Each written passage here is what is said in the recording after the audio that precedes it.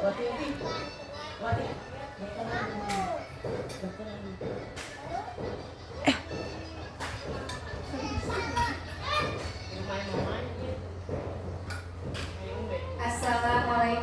warahmatullahi wabarakatuh. Waalaikumsalam warahmatullahi wabarakatuh.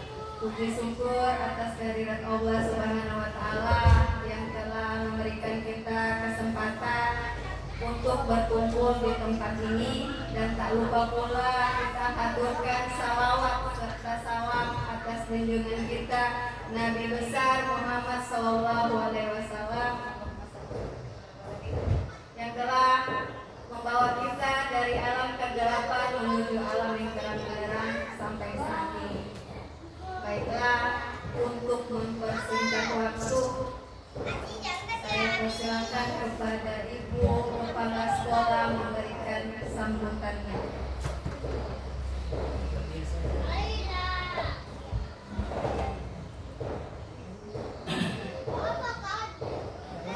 Terima kasih. Assalamualaikum warahmatullahi wabarakatuh. Puji dan syukur kita panjatkan kehadirat Allah Subhanahu wa Ta'ala yang mana telah melimpahkan rahmatnya kepada kita sekalian, sehingga kita dapat berkumpul pada pagi hari ini menjelang siang. Yang saya hormati Bapak Ibu Guru, pada sesi ini kami melanjutkan apa yang sempat kami dapatkan waktu BIMTEK pemulihan dan transformasi pembelajaran melalui penguatan literasi. Sebenarnya ini dari kelemahan-kelemahan kami sudah mau sampaikan. Kebetulan kehadirannya kita ini ada yang hadir, ada yang tidak. Ya sebenarnya ini semuanya kita harus hadir, semuanya harus mendengarkan. Ya. Di sini ada di pemaparannya dimensi aksi nyata modul 1, modul 4 ini kebetulan Ibu Aisyah juga yang sebentar akan melaksanakan. Jadi kita rangkaikan dengan apa yang kami dapatkan di BIMTEK kemarin. Di sini ada budaya positif. Maksudnya budaya positif ini janganlah kita mengambil budaya-budaya yang sepertinya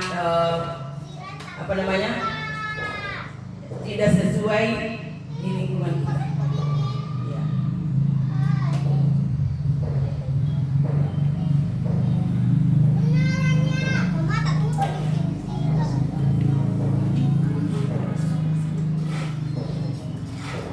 Ya. Untuk selanjutnya kami persilakan kepada Ibu Aisyah nanti untuk membawakan materi apa yang sudah kami dapatkan di BIMTEK kemarin mengenai pembelajaran melalui penguatan literasi. Di sini saya sampaikan sedikit mengenai penguatan literasi ini, karena mungkin pemahamannya kita seperti begini. Literasi itu membaca saja, padahal itu literasi itu banyak, bukan cuma membaca. Ada juga melalui seperti ini.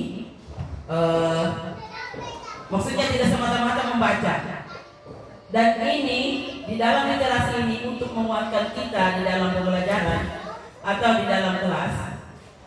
Pertama-tama kita itu dari dulu sudah disampaikan membaca 15 menit. Di dalam membaca 15 menit ini bukan membaca bacaan, pelajaran. Maksimalnya ada buku bacaan di kelas. Disesuaikan dengan tingkatnya, ada yang tingkat rendah, ada yang tinggi. Jadi ini kita harus siap semua, karena kami ini sampai ada seperti ini disampaikan kepada guru-guru yang ada di sekolah mengenai ini. Kenapa? Karena ini termasuk RTL ya, bisa rencana tindak lanjut dari BIMTEK kemarin. Ini nanti ada monetnya. Monet itu dari BPMP. Jadi kami tinggal mengirim hari apa dia kemarin, apa ini ada berapa minggu, bisa 1 bulan? Ya, bergerak 1 bulan. Karena kelemahan kami sudah monitor RTL itu di minggu ketiga dan minggu keempat dan minggu pertama di bulan November. Kebetulan ini kemarin kami disampaikan yang mau dilihat itu apa-apa saja. Nanti sebentar dijelaskan sama Ibu Isa. Cuma saya ingatkan itu ada perbedaan. Kemarin kami sudah sampaikan karena dipaparkan di situ ada dikatakan sudut baca dengan pojok baca. Itu ada bedanya, tidak boleh disamakan. Tanya. Ya, harus seperti itu. Sebentar nanti dijelaskan sama Ibu Isa apa itu pojok baca dan apa itu sudut baca. Itu harus ada di dalam kelas. Kemarin juga disampaikan kami bagaimana dengan sudut baca itu karena di sini di Dana Bos tidak ada lagi dianggarkan mengenai rak-rak hari. Mereka mengatakan begini Bu, saya lihat di mana-mana dia pernah melihat yang pembawa materi kemarin itu ada di sekolah dia dapatkan itu dari bambu, ada yang dari bus bekas dan ada juga dari pipa. Ya kalau memang kita sekarang kita mau dan tidak mau tetap kita harus mau karena dituntut dengan ini merdeka mengajar bukan artinya itu merdeka mengajar itu semua maunya kita saja mengajar. Jadi sebelum kita mengajar itu kita harus siap dulu. Jangan kita mengajar sudah di kelas baru disuruh lagi anak-anak mohon maaf ibu ayo buku dulu di sana. Kita itu tidak siap. Terus terang kami sampaikan juga kemarin mengenai K3S kemarin itu yang disampaikan kepada kami oleh pengawas. Berarti kalau ada seperti itu ibu nanti mengajar baru kami buku berarti guru itu tidak siap. Seperti saya sekarang, saya sudah siap dari rumah. Saya kasih kamu orang kertas, saya gunting memang dan saya di sini tidak mencari gunting lagi. Karena kami kemarin itu pemberian materi perubahan bisa sampaikan sedikit mengenai K3S kemarin itu inovasi pembelajaran. Kami guru kan kepala sekolah disuruh bekerja, bukan cuma datang mendengar tapi mempraktekkan apa sebenarnya itu inovasi pembelajaran. Jadi sebenarnya itu kalau kemarin disampaikan sama pengawas, ini yang paling bagus disampaikan di KKG supaya guru-guru itu bisa paham apa itu inovasi pembelajaran. Jadi kami kalau kemarin disuruh menggambar lima jari itu apa sebenarnya yang kita mau kepada siswanya kita itu. Apakah dia nanti bisa membaca di jari-jarinya kita itu ditulis. Dan di situ kami disuruh lagi membuat boleh dibuat seperti kita membaca doa atau sebuah lagu atau sebuah puisi. Iya. Jadi kemarin melempar-lempar. Jadi memang kalau begitu caranya penyampaian dari pengawas-pengawas, bukan kita menyalahkan juga pengawas-pengawas kita kemarin masih kurang aktif maksudnya. Dia memberikan masukan tapi kurang prakteknya. Itu barangkali. Tapi untuk sekarang pengawasan kita ini alhamdulillah saya rasa dia mau sekali kalau dipanggil memberikan apa yang dia dapatkan, apa yang sudah pernah dia kerjakan. Karena beliau ini dia sudah pernah lomba alat peraga. Kemarin dia sampaikan kami lomba alat peraga itu dia sudah mengikuti 5 kali untuk mewakili Sulawesi Tengah. Sempat juga kemarin dia perlihatkan kami alat peraganya, tidak perlu susah-susah Bu untuk memisahkan diri. Banyak dos bisa dibuat dari alat peraga. Ada sisa-sisa apa segala macam yang di dalam ruangan atau yang di dalam kantor yang tidak terpakai kertas-kertas itu di belakangnya kita pakai menulis. Begitu dia sampaikan kami kemarin. Karena beliau langsung memberikan materi itu inovasi pembelajaran. Jadi kan disuruh membuat soal dan masing-masing teman menjawab kitabnya soal dan lempar-lempar. Barangkali sampai di sini dulu penyampaian saya pada pagi hari ini, lebih dan kurangnya saya mohon maaf. Wabillahi taufiq wal hidayah. Wassalamualaikum warahmatullahi wabarakatuh. Terima kasih Bu atas sambutannya. Baiklah, saya persilakan kepada Ibu Aisyah untuk memaparkan materi yang telah didapat di Bintek kemarin. Diseminasi aksi nyata modul 1.4 budaya positif.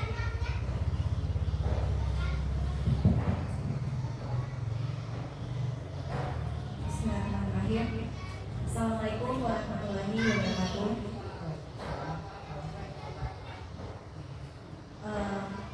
Pertama, marilah kita panjatkan yang mana atas rahmat dan rahmat kita bisa berkumpul di ruangan ini.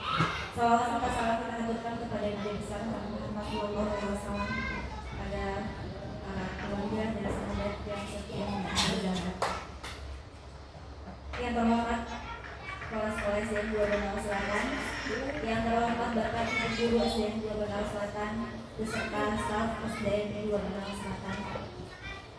Pertama saya ucapkan terima kasih atas waktunya telah hadir di ruangan ini untuk mendengarkan presentasi dari saya atau diseminasi aksi nyata modul 124. Sebelumnya di undangan grup WA itu adalah mengenai pembentukan komunitas belajar sebagai bentuk diseminasi dari Bingtek kemarin. Cuman saya rangkaikan dengan kegiatan saya, yaitu terkait calon guru penggerak.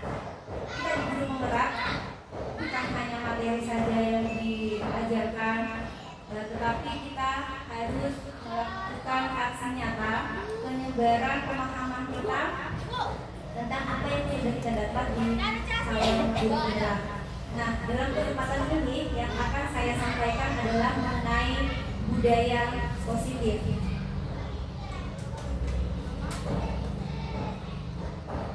Nah, konsep utama dalam budaya positif ini Bapak Ibu, yang pertama perubahan paradigma belajar, yang kedua disiplin positif, yang ketiga motivasi perilaku manusia, kemudian keyakinan kelas, kebutuhan dasar manusia, posisi kontrol restitusi, dan segitiga restitusi. Yang pertama, materi tentang perubahan paradigma belajar. Sebelumnya Bapak Ibu, sebelum saya menjelaskan mengenai perubahan paradigma belajar, boleh mungkin sesama teman guru, Anda dan teman Anda akan melakukan kegiatan cobalah buka. Anda adalah A. Tugas Anda adalah mengepalkan tangan, salah satu tangan Anda. Coba Anda bayangkan bahwa Anda menyimpan sesuatu yang sangat berharga di dalam kepalan tangan Anda. Anda perlu menjaga benda tersebut sekuat tenaga Anda karena begitu pentingnya untuk kehidupan Anda. Kemudian tugas dari teman Anda adalah mencoba dengan segala cara untuk membuka kepalan tangan Anda. Teman Anda boleh membujuk, menghardik, mengintimidasi, memarahi, menggoda, mengkritik, bahkan menawari Anda uang agar Anda bersedia membuka kepalan tangan Anda. Coba Bapak Ibu, Anda kepalakan tangan bersama temannya. Boleh tidak dibuka? Boleh enggak? Ibu Tarmi, ya silakan buka. Maksudnya, Ibu mengepalkan tangan. Nah, terus buka. Boleh tidak dibuka sama Ibu Tarmi? Boleh. Baik. Maksudnya tadi pertanyaannya, apakah Anda mau membuka tangan Anda? Mau tidak? Ketika kita memegang sesuatu yang menurut kita berharga, mau tidak kita buka? Tidak ya? Oke. Kemudian yang B, teman Anda mau tidak? Begitu juga mungkin tidak mau juga ya. Nah, ini dalam kegiatan kita ini Bapak Ibu, sesungguhnya siapa yang memegang kendali atau kontrol untuk membuka dan menutup kepalan tangan? Siapa yang mengendalikan? Tentu Bapak Ibu ya. Kalau Bapak Ibu tidak mengizinkan untuk membuka kepalan tangan itu, kepalan tangan itu tak akan terbuka. Meskipun Bapak Ibu diiming-imingi, dikasih uang, dikritiki, kemudian dimarah, tentu yang memiliki kontrol untuk membuka tangan Bapak Ibu adalah Bapak Ibu sendiri. Iya. Nah, ini adalah perubahan paradigma belajar Bapak Ibu. Maksudnya apa? Bahwa murid itu tidak bisa kita kontrol, tidak bisa kita pengaruhi. Yang bisa mengontrol dirinya, murid itu adalah murid itu sendiri. Tidak, meskipun kita gurunya, itu tidak bisa mengontrol. Nanti kita pelajari lebih lanjut. Nah, menurut Dr. William Glasser meluruskan beberapa miskonsepsi tentang makna kontrol, yaitu yang pertama, ilusi guru mengontrol murid.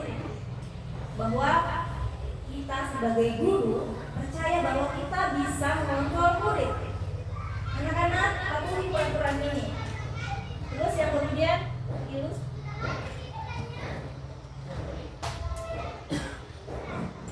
Yang kedua, ilusi bahwa semua penguatan positif, efektif, dan bermanfaat.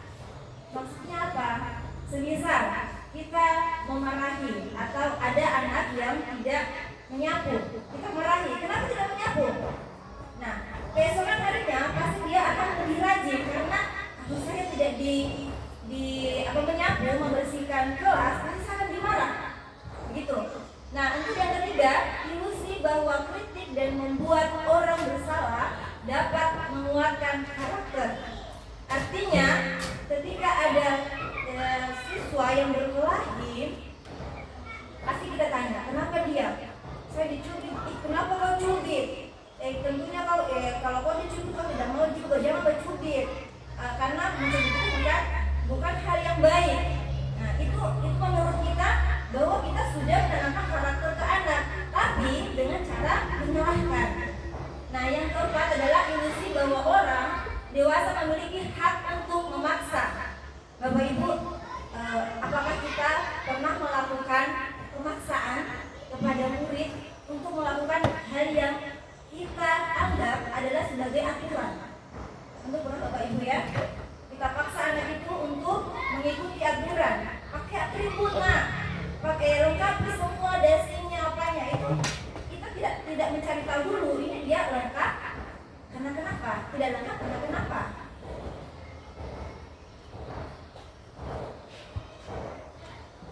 Agak kurang jelas ya. Terus menurut Stephen R. Covey tentang paradigma stimulus respon kepada pendekatan teori kontrol. Stimulus respon mengatakan realitas kita, kebutuhan kita sama, tapi teori kontrol mengatakan bahwa kebutuhan setiap murid itu berbeda. Semisal si A tentu kebutuhan belajarnya berbeda dengan si B. Semua orang melihat hal yang sama, setiap orang memiliki gambaran berbeda. Maksudnya adalah setiap orang mempunyai pendapat masing-masing, tidak bisa kita paksakan, tidak bisa kita samakan.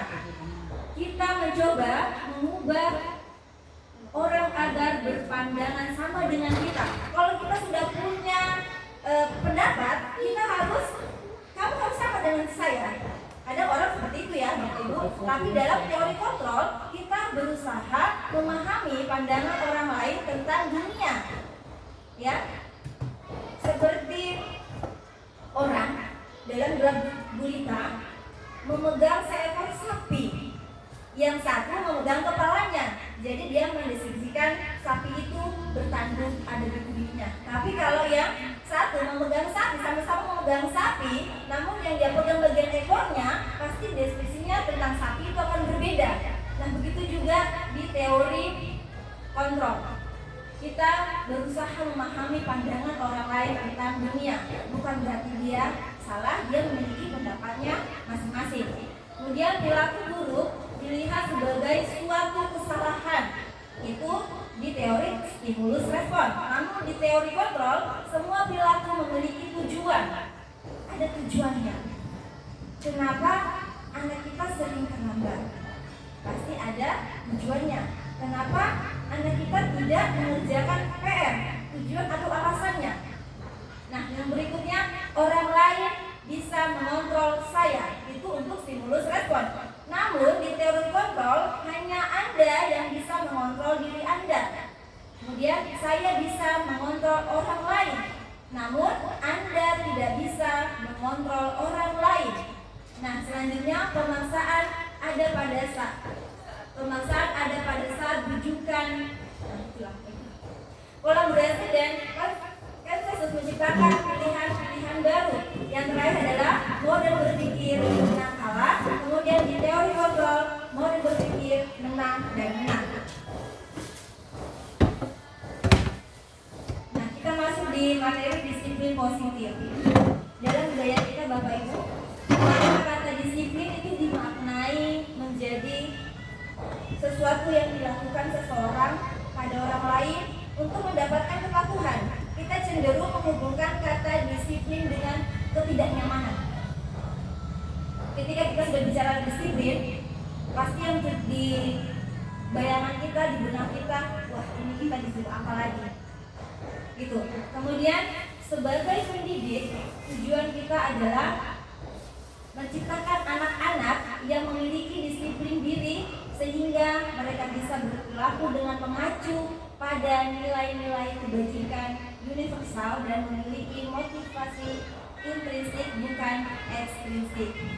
Nah, di sini yang saya garis bawahi adalah nilai-nilai kebajikan universal. Bapak Ibu pasti sudah tahu profil pelajar Pancasila ya. Ada 6 dimensi. Nah, itu adalah yang dimaksud salah satu nilai-nilai universal. Yang pertama adalah Bapak Ibu yang setiap hari dibenang-benangkan sama anak didik kita, beriman dan bertakwa kepada Tuhan. Terus yang kedua, berakhlak mulia, berkebinekaan global, bergotong royong, bernalar kritis dan berpikir kreatif ya. Kemudian disiplin positif merupakan salah satu cara penerapan disiplin yang bertujuan untuk menumbuhkan kesadaran serta memperdayakan anak melakukan sesuatu tanpa imbalan, ancaman maupun hukuman. Nah, tujuan dari disiplin positif Bapak Ibu, bagaimana cara anak-anak kita itu bisa melakukan aturan ya yang menjadi yang keharusan atau menjalankan nilai-nilai yang ada tanpa adanya paksaan, tanpa adanya imbalan, tanpa diacam ataupun maupun dihukuman.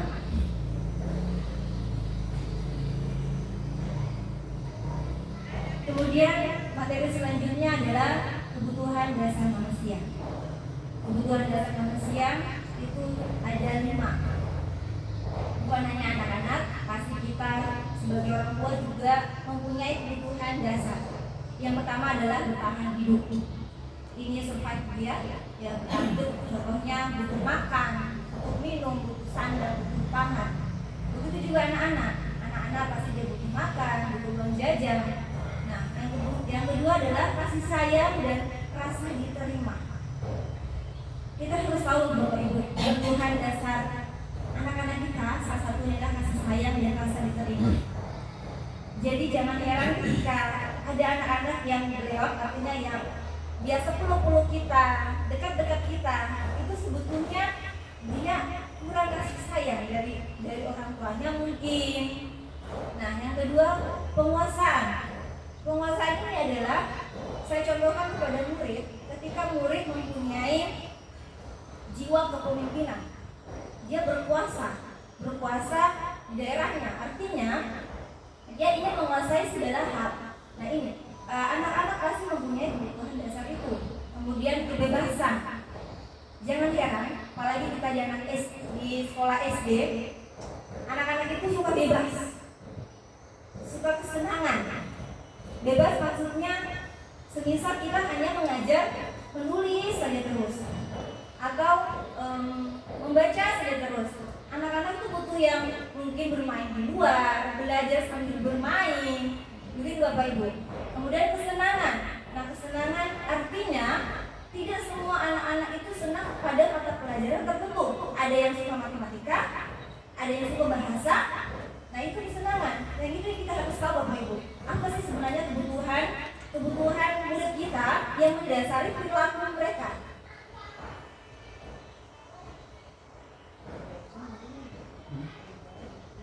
Selanjutnya Bapak Ibu, motivasi perilaku manusia. Motivasi itu sendiri adalah dorongan yang timbul pada diri seseorang secara sadar atau tidak untuk melakukan sesuatu tindakan dengan tujuan tertentu. Motivasi perilaku manusia itu ada 3 Bapak Ibu.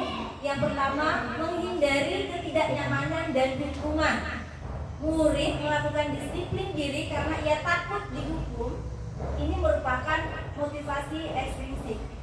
Dia mau melakukan apa yang diperintahkan guru. Namun kalau didasari dengan ketakutan, itu adalah motivasi yang hanya timbul dari luar, bukan dari dalamnya, bukan dari kesadarannya. Kemudian yang kedua, mendapatkan imbalan atau penghargaan dari orang lain. Murid melakukan disiplin diri agar dia ingin mendapatkan imbalan. Ini merupakan motivasi ekstrinsik. Contohnya, semisal begini Bapak Ibu, ketika Bapak Ibu mengapresiasi salah satu murid dengan memberikan hadiah, misal gula-gula, itu memang menimbulkan motivasi, tapi motivasi yang terjadi hanya motivasi dari luar. Kalau tidak dikasih imbalan, dia tidak mau lagi melakukan. Nah, yang ketiga Bapak Ibu, menghargai nilai-nilai kebajikan diri sendiri. Murid melakukan disiplin diri karena sadar akan nilai kebajikan dirinya. Ini merupakan motivasi intrinsik. Ini yang akan kita tumbuhkan di budaya sekolah kita ini, Bapak Ibu. Kita berusaha bagaimana cara kita sesama teman guru memotivasi siswa atau memunculkan motivasi intrinsik siswa, bukan dari ancaman, bukan dari nanti diancam baru mau, nanti dihukum baru mau. Tidak Bapak Ibu. Yang ini nanti kita akan tanamkan ke siswa-siswa kita yaitu nilai-nilai kebajikan.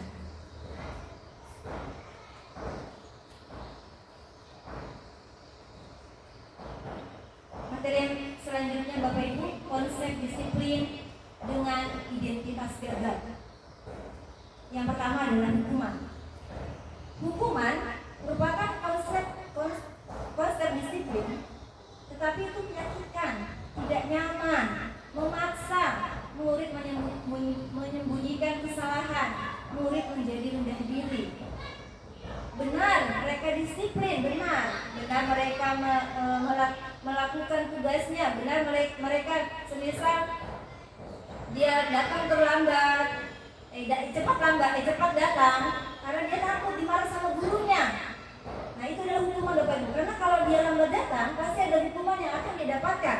Contohnya, semisal kalau lambat berdiri di tiang bendera, nah itu menyakitkan Bapak Ibu, tidak nyaman. Itu memang konsep disiplin, memang tujuan kita mendisiplinkan siswa, tapi secara identitas itu gagal Bapak Ibu.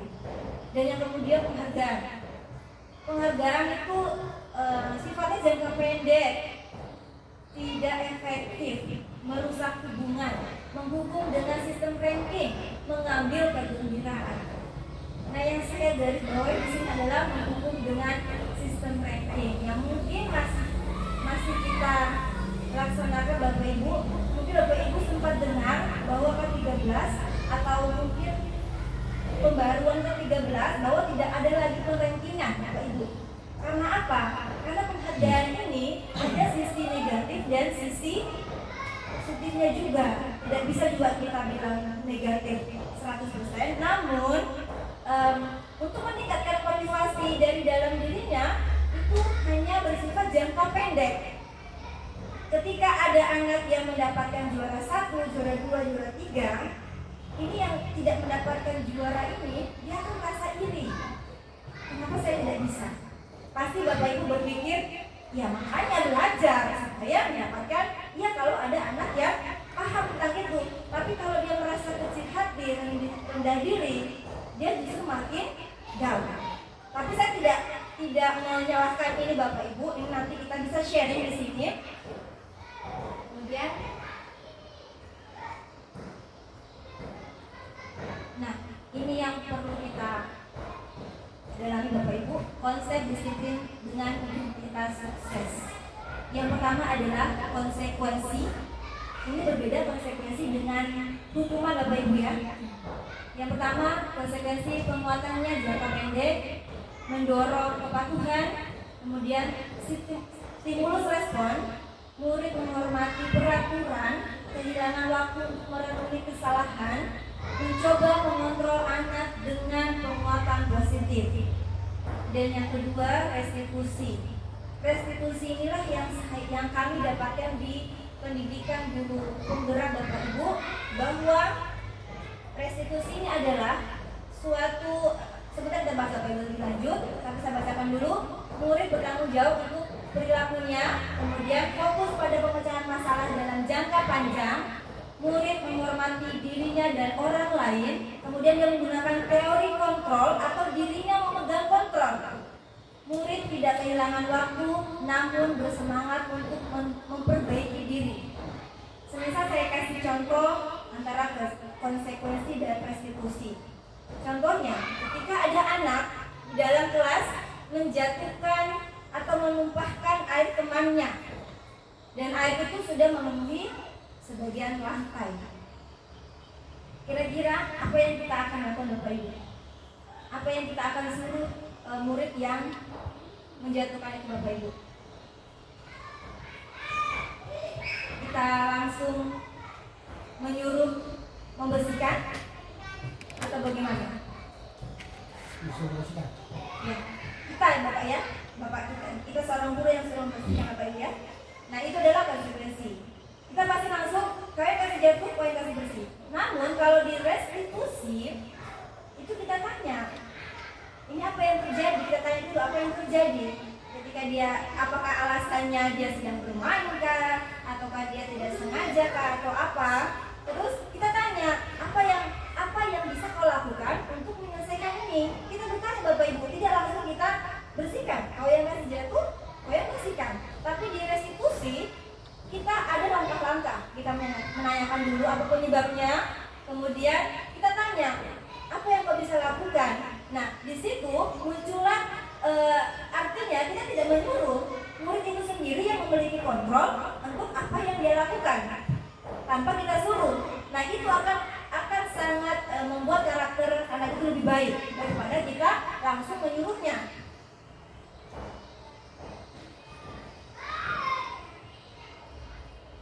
Nah ini yang saya katakan tadi Bapak Ibu, pendekatan restitusi, sebuah cara menanamkan disiplin positif pada murid. Pengertian restitusi itu sendiri adalah proses menciptakan kondisi bagi murid untuk memperbaiki diri kesalahan mereka sehingga mereka bisa kembali pada kelompok mereka dengan karakter yang lebih kuat.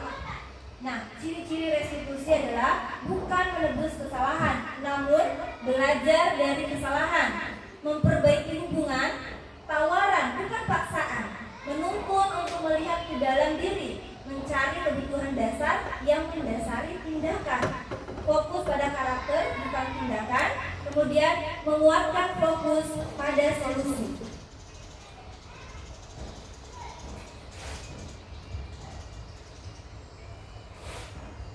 Nah ini Bapak Ibu perbedaan antara hukuman, konsekuensi, dan restitusi. Contoh kasusnya, murid sering tidak mengerjakan PR. Tentunya sering kita dapati di kelas Bapak Ibu ya. Kalau penanganan secara hukuman, guru menghukum murid tersebut dengan dijemur atau guru marah dan murid menjadi takut. Itu hukuman. Tapi kalau konsekuensi, guru memberikan konsekuensi untuk mengerjakan PR-nya saat istirahat atau dikerjakan sebanyak 3 kali. Atau guru tugas dan murid menghormati peraturan. Yang dia hormati bukan dirinya, bukan orang lain, tetapi yang dia takuti adalah peraturan itu sendiri. Nah, kalau di restriksi Bapak Ibu, guru menanyakan keyakinan kelas atau keyakinan dirinya dan membantu murid menyelesaikan masalahnya. Guru terbuka dan murid menghormati dirinya dan orang lain. Maksud terbuka di sini Bapak Ibu, wah berarti kalau saya melakukan kesalahan, guru saya tidak langsung marah, kan? Karena di sini dikatakan murid menghormati dirinya dan orang lain. Artinya dia semakin hormat sama gurunya karena tidak ada kemarahan. Begitu Bapak Ibu. Yang selanjutnya 5 posisi kontrol. Yang pertama penghukum, yang kedua membuat rasa bersalah, yang ketiga teman, yang keempat pemantau, dan yang paling tertinggi adalah manajer. Bapak Ibu sebelumnya saya ingin bertanya, kira-kira yang sering kita lakukan di kelas yang mana Bapak Ibu? Bapak Ibu memposisikan di posisi yang mana? Penghukum kah, pembuat rasa bersalah, teman, pemantau, atau bahkan manajer? Teman ya Bapak Ibu ya. Menghukum tidak. Bapak Ibu ya. Pak Ismail, itu kan masih jalan itu kan video. Kita ambil deh kita coba. Masih jalan detik-detiknya. Oh iya. Masih? Oke. Baik, saya lanjutkan Bapak Ibu. Berdasarkan jawaban dari Bapak Ibu adalah teman. Tidak ada lagi penghukum Bapak Ibu ya. Tidak ada juga membuat rasa bersalah. Nah, di sini yang paling tinggi adalah manajer. Sebentar saya akan paparkan bagaimana sih caranya kita menjadi memposisikan kita di posisi manajer.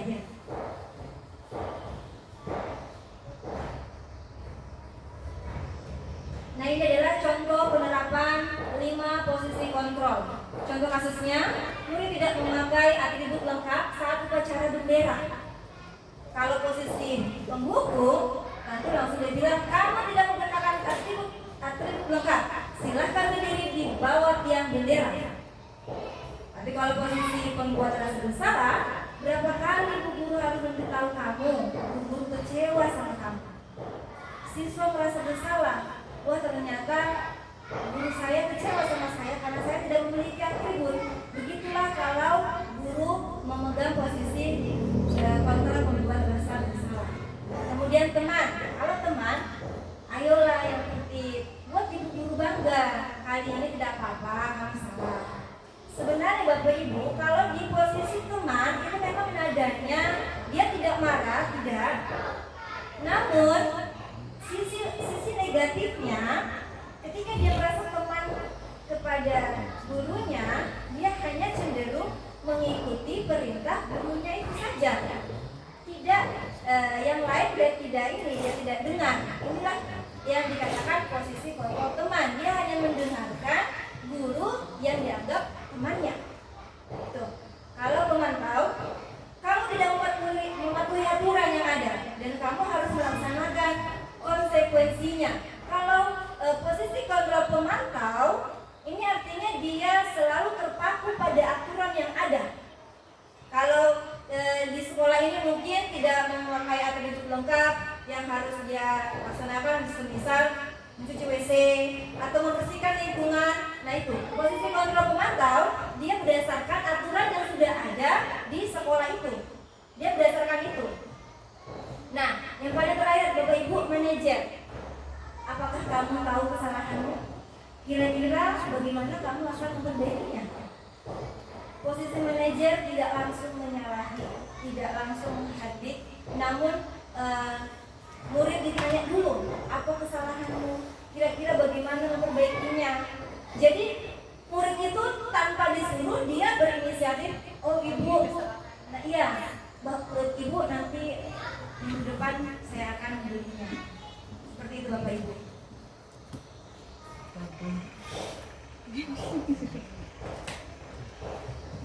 Bapak Ibu, dari tadi saya bilang ada kebajikan, keyakinan kelas. Nah, mengapa keyakinan kelas? Mengapa tidak peraturan kelas? Yang selalu kita dengarkan biasanya peraturan kelas atau keyakinan kelas. Gitu Bapak Ibu ya. Nah, sebelum kita menjawab itu, mengapa kita memiliki peraturan tentang penggunaan helm pada saat mengendarai kendaraan roda 2 atau motor? Kira-kira apa penyebabnya Bapak Ibu menggunakan helm? Untuk apa Bapak Ibu? Untuk apa pasti? Menggunakan helm itu untuk apa? Kalau kita minta, kalau misalnya kecelakaan ya untuk melindungi kepala dari benturan. Ya, berarti nilai yang kita pegang adalah nilai keselamatan, ya, Pak.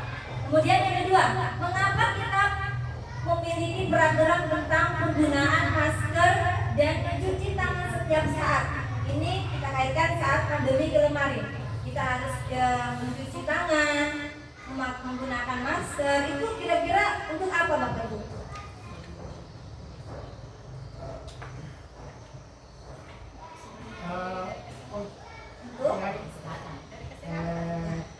Kita hanya memakai masker. Diri lagi pasti.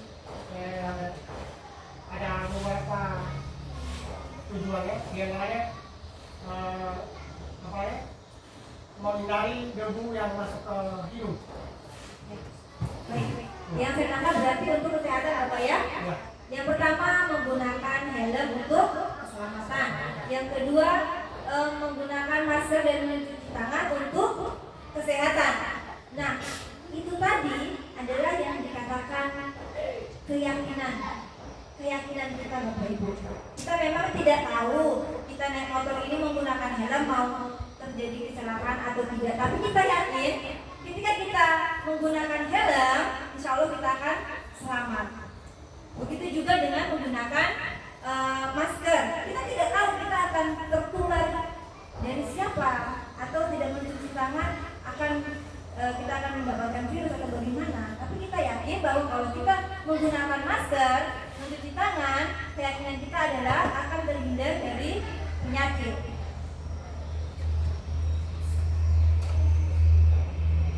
Nah, bagaimana cara pembentukan keyakinan kelas? Yang pertama, lebih abstrak dari peraturan. Yang kedua, sedikit saja agar mudah diingat. Yang ketiga, berupa pernyataan universal. Yang keempat, sesuai dengan kondisi kelas sekolah agar mudah diterapkan. Yang kelima, semua warga kelas atau sekolah dilibatkan saat membuat. Dan yang terakhir adalah dibuat dalam bentuk positif. Bapak Ibu, saya sudah mempraktekkan, tapi sebelum mengikuti CGP ini saya sudah membuat, tapi saya rasa masih salah karena di situ saya peraturan kelas bukan keyakinan kelas. Dan cara membuatnya juga memang saya libatkan anak-anak, cuman bahasanya masih terlalu tidak universal, dia yang terkhusus, tidak umum. Kemudian kata-katanya juga masih berbentuk negatif, tidak kata yang positif. Contohnya seperti ini, tidak membuang sampah sembarangan, itu adalah kata negatif. Nah, kata tidak itu kita bisa ganti buanglah sampah pada tempatnya. Seperti itu Bapak Ibu. Jadi sebisa mungkin ketika kita membuat keyakinan kelas, kita harus menggunakan kata-kata yang bersifat positif. Nah, ini Bapak Ibu kegiatan membuat keyakinan kelas di kelas 6 yang saya sudah terapkan. Yang pertama, mempersilahkan murid untuk berpendapat tentang peraturan kelas. Saya menyampaikan kepada murid-murid, silakan nak, peraturan kelas apa yang kita perlu adakan di kelas ini, yang harus ada di kelas ini.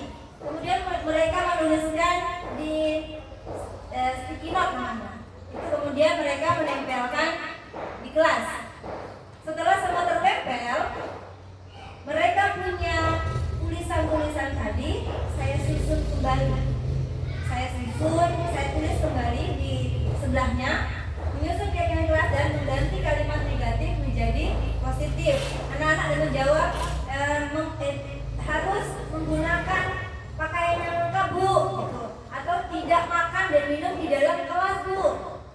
Nah, kata-kata tidak tadi saya ubah menjadi kata positif, artinya makan saat di kelas, makan dan minum saat istirahat. Saya ganti seperti itu. Apa yang disampaikan sama anak-anak saya rangkum, saya tulis kembali tanpa ada yang saya kurangi.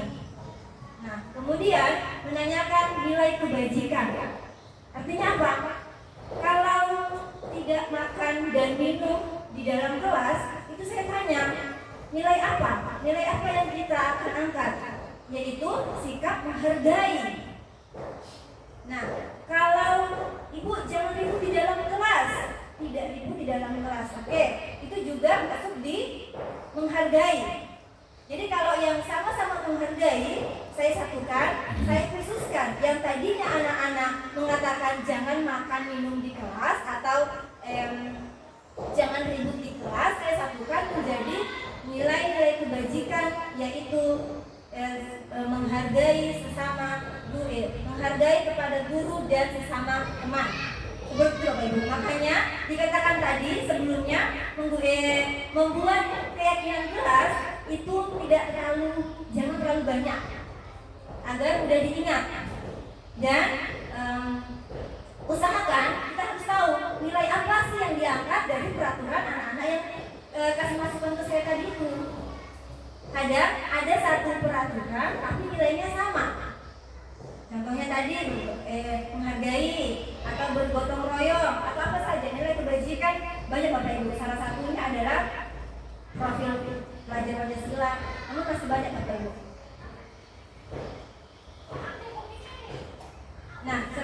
adalah segitiga restitusi. Yang pertama adalah menstabilkan identitas. Kita semua akan melakukan hal yang terbaik yang bisa kita lakukan. Kemudian, yang kedua adalah validasi tindakan yang salah. Semua perilaku memiliki alasan. Yang ketiga, menanyakan keyakinan. Kita semua memiliki motivasi internal. Nah, segitiga restitusi ini apa sih Bapak Ibu? Yang saya tampilkan ini adalah bagaimana cara ketika kita mendapati siswa yang bermasalah. Contohnya tadi tidak menggunakan atribut saat upacara atau tidak mengerjakan PR, dan mungkin di kelasnya Bapak Ibu ada masalah-masalah yang lain. Nah, kita dianjurkan, diharapkan sebagai guru bisa menyelesaikan, bisa berdiskusi menggunakan segitiga restitusi. Yang pertama, menstabilkan identitas. Artinya kita tidak langsung memarahi, tapi kita tanya, apa yang terjadi? Apa yang telah kau lakukan? Nah, validasi tindakan yang salah. Semua perilaku memiliki alasan. Ibu tahu kenapa kamu sampai jengkel. Kalau posisi ibu kayak kamu, pasti ibu jengkel juga. Jadi anak itu tidak merasa dihakimi. Kemudian yang terakhir, menanyakan keyakinan. Kira-kira kalau kamu tidak melengkapi atribut, keyakinan apa yang kamu langgar?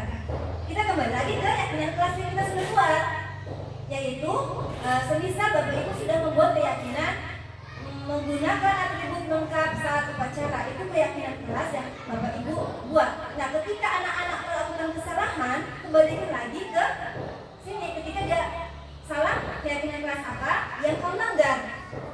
Nah, dari situ anak-anak tidak merasa dihakimi, tidak merasa dimarah, tapi kita berusaha memunculkan motivasi internal dari siswa supaya siswa berpikir, oh ya Ibu, saya melakukan ini.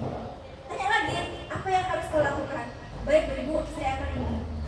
Gitu. Kita sebagai guru itu hanya bersifat ngomong Bapak Ibu, hanya mengarahkan anak-anak ke jalan yang lebih baik, bukan membuat jalan, bukan mengarahkan, tapi menuntun arahnya mereka. Ketika salah, kita tuntun ke jalan yang benar, Bapak Ibu. Bapak Ibu,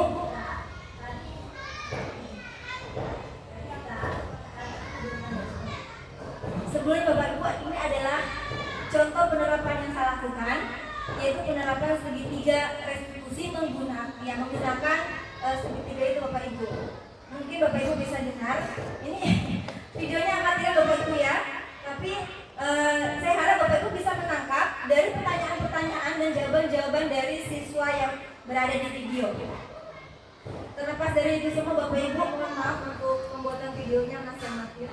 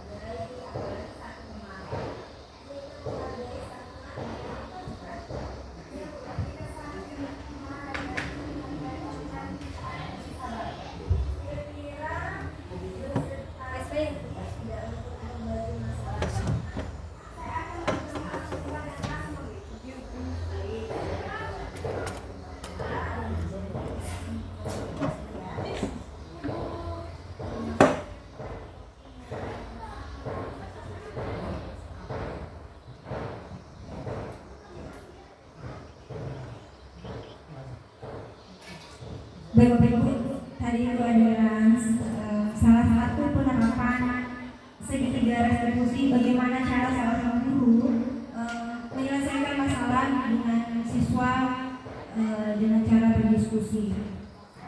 Dalam penerapan program disiplin positif, hendaknya guru memiliki standar kepribadian, profesionalisme dan sosial yang baik, di mana guru mampu berefleksi pada posisi kontrolnya saat ini, bagaimana perjalanan dirinya sebagai seorang among, yang di sini dimaksud adalah posisi manajer yang menuntun murid-murid menjadi insan yang mandiri, merdeka, dan bertanggung jawab. Nah Bapak Ibu, demikianlah hasil pemaparan saya. Kurang lebihnya sangat mohon maaf.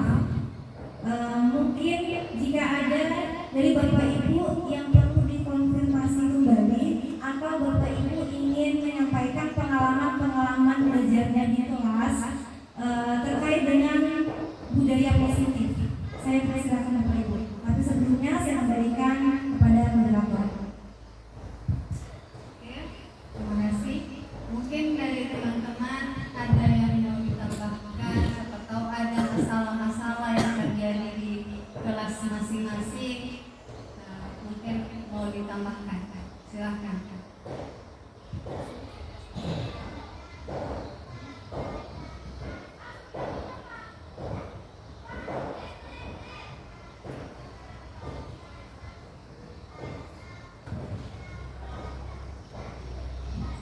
Terima kasih. Seperti apa yang sudah dipaparkan tadi oleh Ibu Aisyah, yang saya tanggap tadi itu mengenai memberikan seperti hadiah. Ya. Memang kelemahan kami dari pengikutan 13 itu sebenarnya kami di dalam situ tidak ada perhitungan lagi. Cuman kebetulan karena kita sudah terbiasa dengan seperti itu, supaya kita tahu siapa yang mendapat ranking 1, ranking 2, ranking 3, maka itu kami laksanakan. Kalau sekarang untuk Banawa Selatan yang sudah melaksanakan seperti itu adalah SD 8. SD lain 8 itu tidak ada lagi perhitungan yang pintar, yang rendah nilainya. Kalau di Palu itu sudah terlaksana. Kebetulan ada satu orang cucu saya di Palu, dia menyampaikan kepada orang tuanya, ibu saya tidak dapat ranking. Jadi karena ibunya ini dia tahu saya kepala sekolah, jadi saya sampaikan begitu ya. Kalau sekarang tidak ada lagi perankingan, tinggal kita menilai, melihat nilai yang ada di rapor. Berarti anak saya ini ada peningkatannya. Kalau dari kelebaran misalnya nilainya cuma 70 atau 60, berarti kalau ke depan jalan dia di semester kedua dia sudah mendapat 70, berarti di situ kita dapat melihat bahwa anak saya ini berarti ada peningkatan dalam belajar. Ya, barangkali sampai di sini dulu. Karena kita punya kebiasaan ini harus ada hadiah untuk anak-anak. Sebenarnya itu tidak dilaksanakan lagi. Kalau kelebihan itu yang pentingnya itu misalnya seperti apa disampaikan Boy tadi, itu anak-anak punya ada yang suka matematika, ada yang suka bahasa Indonesia, ada yang suka SPDP.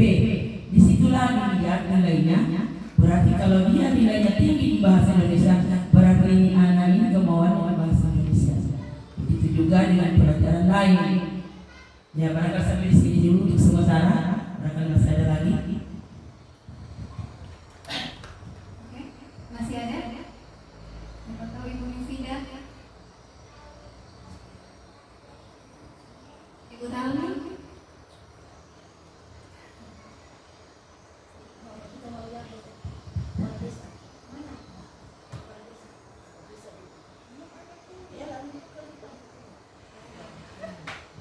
Bapak Ibu, saya hanya menambahkan sedikit.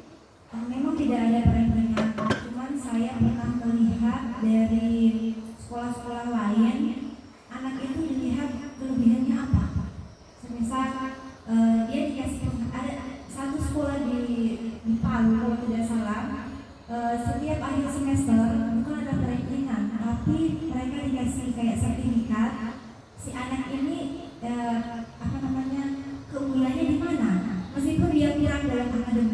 tapi pasti dia di sekolah paling ceria. Begitu Bapak Ibu. Dibuatkan sertifikatnya. Jadi setiap akhir semester dikumpulkan. Ya, sertifikat ini untuk penghargaan untuk anak yang paling ceria, gitu, paling ceria di kelas, saling membantu, menolong, gitu, yang rajin di kelas, gitu Bapak Ibu. Jadi setiap anak itu diberi tahu, oh saya ini ternyata lebih keren di sini. Nah, mungkin itu bisa jadi referensi ibu ke depannya, supaya kita tidak melihat anak dari angka-angka itu tadi, melainkan dari nilai-nilai yang ada di dalam anak itu sendiri. Mungkin itu saja Bapak Ibu, saya kembalikan ke moderator.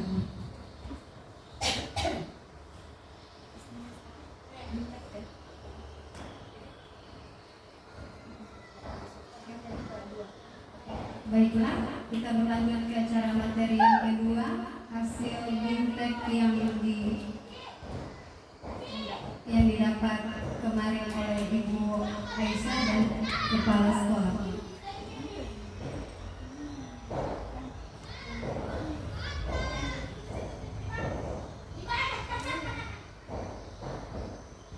Saya persilakan kepada Ibu Aisyah untuk memaparkan hasil BIMTEK yang didapat kemarin.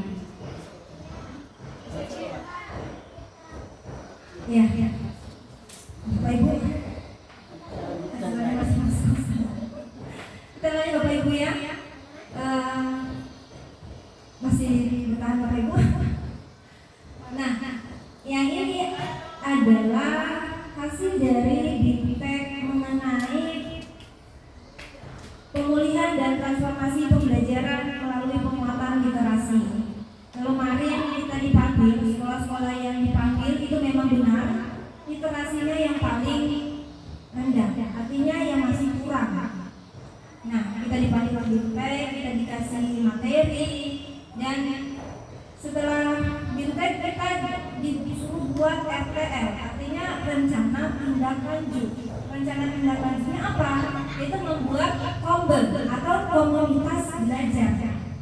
Komunitas belajar yang semata-mata hanya untuk meningkatkan literasi siswa di sekolah. Nah, di sini ada kegiatan yang sudah dirancang, yang sudah kita rancang saat di BIMTEK. Yang pertama adalah pembagian peran antara kepala sekolah dan guru. Definisinya yaitu kegiatannya kepala sekolah memandu perencanaan aksi nyata dan menyiapkan fasilitas serta memastikan aksi nyata terlaksana sesuai dengan rencana. Kemudian guru menyusun aksi nyata bersama kepala sekolah dan menyiapkan bahan untuk diseminasi. Yang kedua, perencanaan aksi nyata. Kegiatannya adalah menetapkan tujuan, identifikasi kegiatan aksi nyata yang dibuat, kemudian merancang aksi nyata dengan mempertimbangkan sumber daya sekolah atau penentuan waktu atau bahan ajar. Nah, yang kedua adalah diseminasi internal atau di dalam sekolah, yang di dalamnya adalah nama-nama guru SDN Banawa Selatan.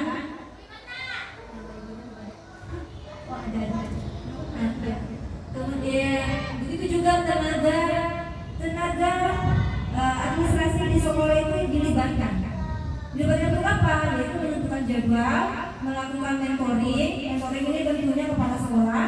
Jadwalnya nanti kita sepakati kapan kita akan melakukan kegiatan. Nah, yang ketiga adalah aksi nyata. Aksi nyata kombel dalam sekolah. Persiapannya yaitu nanti kita Bapak Ibu dibagi menjadi 2 tim, yaitu tim kelas bawah 1, 2, 3 dan tim kelas atas 4, 5, 6. Yang kedua, sosialisasi kombel dan pengimbasan, penguatan pemahaman fungsi dan peran kombel, telaah dan literasi murid. Telaah literasi murid menyiapkan rapor satuan pendidikan, mencermati indikator yang bermasalah dan mempelajari akar masalah sesuai rapor hasil pengamatan dan studi dokumen serta merumuskan solusi. Bapak Ibu, di rapor pendidikan ada bagian-bagian tertentu yang berwarna merah. Di bagian literasi dan numerasi ada penjabarannya Bapak Ibu. Namun saya tidak bisa tampilkan di sini, nanti bisa diberikan. Di situ di bagian literasi dan numerasi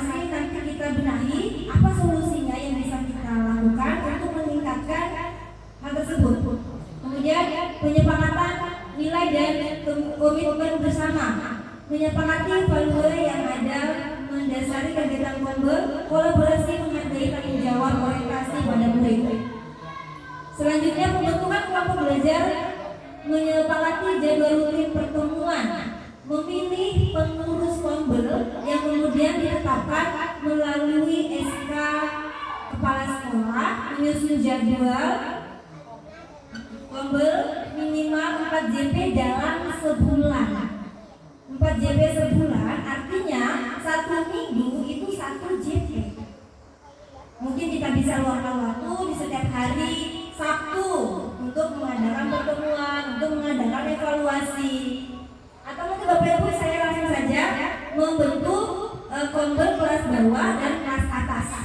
Kalau kelas bawah 1, 2, 3 dan kelas atasnya 4, 5, 6. Satu kira-kira untuk guru wali kelas 1, 2, 3 siapa yang sebenarnya semua kelas, cuma nanti ada satu kelas yang dijadikan model.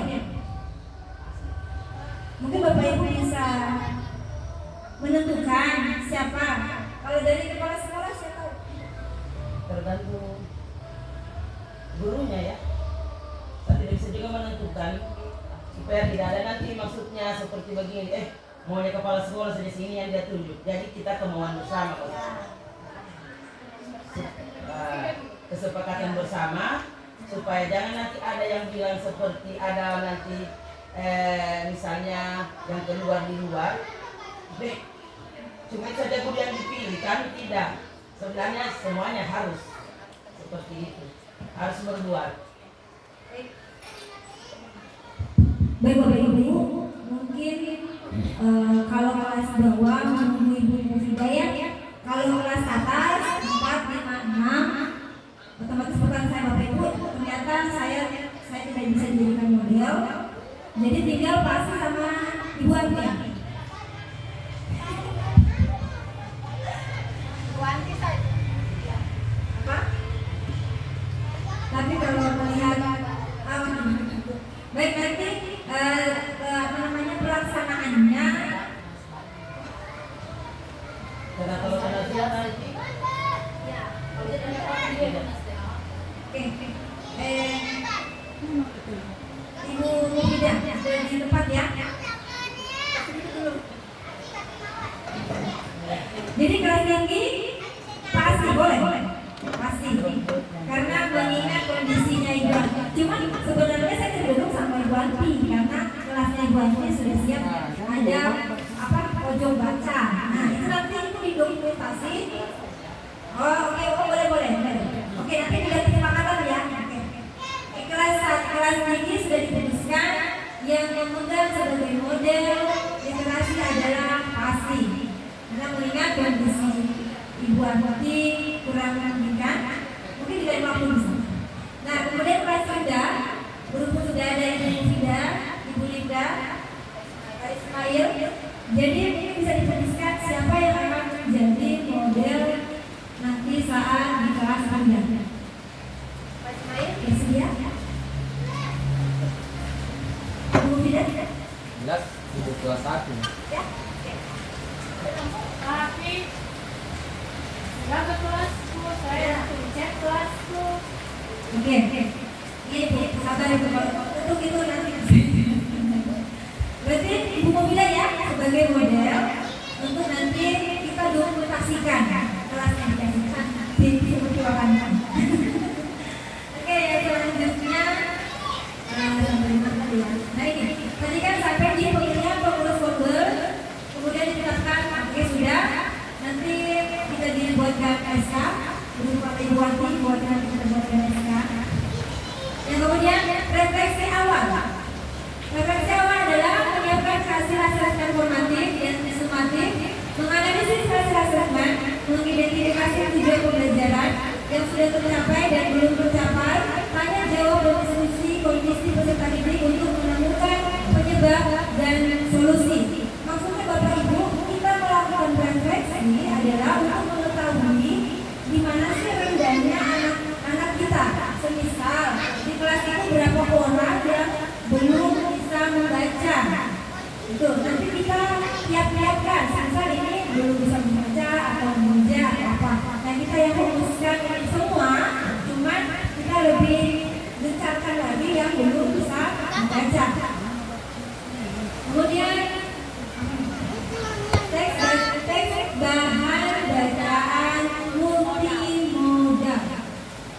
teks bacaan multimodal ini Bapak Ibu kita mungkin beranggapan literasi itu hanya sebatas teks saja. Tapi di sini yang dimaksud multimodal adalah dengan menampilkan video. Video itu kan ada teksnya, ada gambar, ada suara. Itu adalah yang dimaksud dengan multimodal.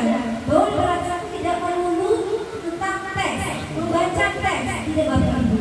Tapi kalau kita sudah menghadirkan video di dalam kelas, itu berarti literasi kita sudah bervariasi, sudah menyangkut multimodal di situ. Nah, selanjutnya strategi pemanfaatan bahan bacaan multimodal. Pertama, identifikasi aktivitas yang telah dilakukan. Lingkungan kaya teks. Lingkungan kaya teks ini kembali lagi kebijakan kepala sekolah. Bagaimana caranya kita bisa membuat lingkungan ini kayak teks, maksudnya kayak seperti lalu sudah ada ya Bapak Ibu, cuma bisa. Cuma nanti saya sudah berdiskusi sama kepala sekolah bagaimana kalau kita bikin sepatu kecil, ya berisikan tulisan-tulisan motivasi atau apa sebagai wujud dari lingkungan kita banyak tulisannya, begitu Bapak Ibu. Kemudian diskusi rencana pengembangan lingkungan kayak teks. Nanti kita bisa diskusi. Contohnya bacaan apa yang perlu ditampilkan, bacaan apa yang kita akan tempelkan, atau kita bisa bikin sudut baca di luar. Nah, berhubung kita kayaknya sudah ada Bapak Ibu ya di situ, mungkin kita bisa menangi lagi, kita tempel spanduk atau kita bikin secantik mungkin nanti, tergantung perasaan bagaimana, nanti akan tidak. Nah, kemudian menyiapkan sarana dan bahan pendukung. Bahan pendukung di sini saya rasa kita banyak buku. Bapak Ibu itu misalkan banyak buku, nanti kita berkoordinasi sama penjaga perpus, buku-buku mana yang bisa kiranya kita pakai untuk di kelas. Kemudian melakukan penataan lingkungan kaya teks, melakukan lomba, melaksanakan membaca nyaring dan membaca bersama.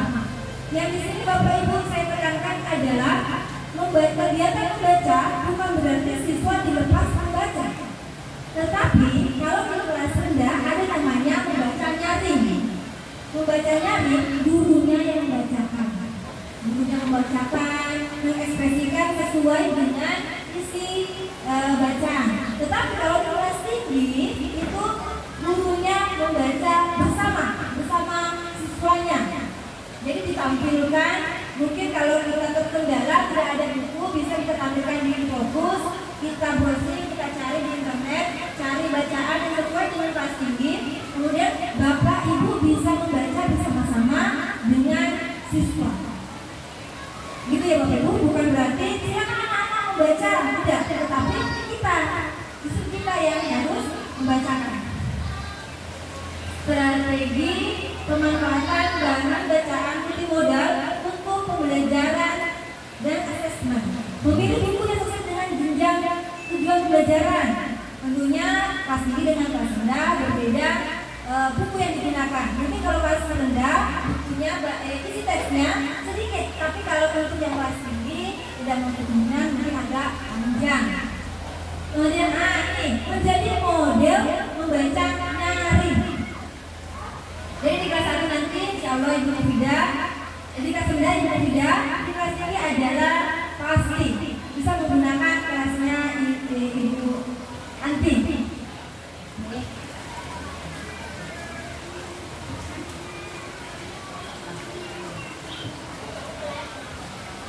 Nah, selanjutnya melaksanakan kegiatan membaca bersama. Yang sudah saya jelaskan dari Bapak Ibu. Yang terakhir, selanjutnya bagian C, implementasi open class dan observasi, menentukan kelas dan guru model. Sudah kita laksanakan tadi Bapak Ibu, menentukan guru sebagai observer, melaksanakan pembelajaran dan observasi. Yang terakhir adalah refleksi hasil open class. Dokumentasi dulu.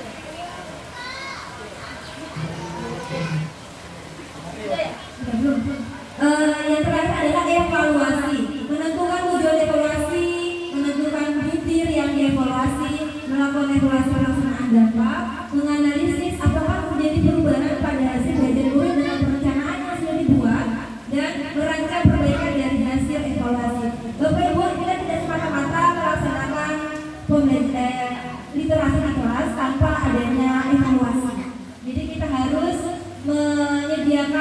evaluasi, kemudian menganalisis hasil evaluasi dan melaksanakan perencanaan kira-kira dari hasil evaluasi ini apa yang kita akan lakukan. Yang terakhir adalah dokumentasi kegiatan, menentukan juru rekam. Di sini mungkin bisa dipegang oleh Buati sama Ika, ya, sebagai juru rekamnya. Kemudian menyepakati momen yang perlu direkam. Tidak semua momen kita perlu rekam, Bapak Ibu. Yang penting-penting saja. Salah satunya adalah saat kita menyiapkan lingkungan kayak tes atau saat di kelas membuat pojok baca. Itu Bapak Ibu, itu perlu didokumentasi sebagai bukti bahwa kita sudah melakukan perubahan di hal literasi. Nah, yang kemudian melakukan editing rekaman, penyiapan rekaman pada drive dan unggah rekaman. Semua yang kita lakukan Bapak Ibu itu diunggah di drive Google. Nah, drive Google itu sudah terpaut sama BPMP. Mereka meninjau dari hasil kita punya kiriman. Tapi tidak menutup kemungkinan mereka akan turun ke sekolah-sekolah kita melihat langsung apakah yang sudah dibimbing ini ada perubahan tidak di sekolahnya. Gitu, Ibu. Mungkin cukup itu saja yang perlu saya sampaikan saat ini. Dan mungkin terkait masalah yang dikatakan Ibu Mufidah mencantik kelas. Nah, itu mungkin kebijakan kepala sekolah dan mungkin saya berikan tanggapan. Terima kasih. Karena kebetulan kita ini dapat bantuan dari dinas. Jadi tadi kami sudah berbincang-bincang masalah karena ini sekolah semuanya dicat di 6 kelas luar dalam. Jadi pekerja tadi menanyakan kita ambil warna yang lebih kita suka warna apa? Bagusnya putih semua. Itu sebenarnya bagaimana huruf itu bapak tuh. Karena kalau putih bapak semua dari bagus. Apa yang kita buat bagaimana itu dengan dasar putih. Ibu Isa, kalau Ibu tidak punya apa namanya, dia maunya warna putih.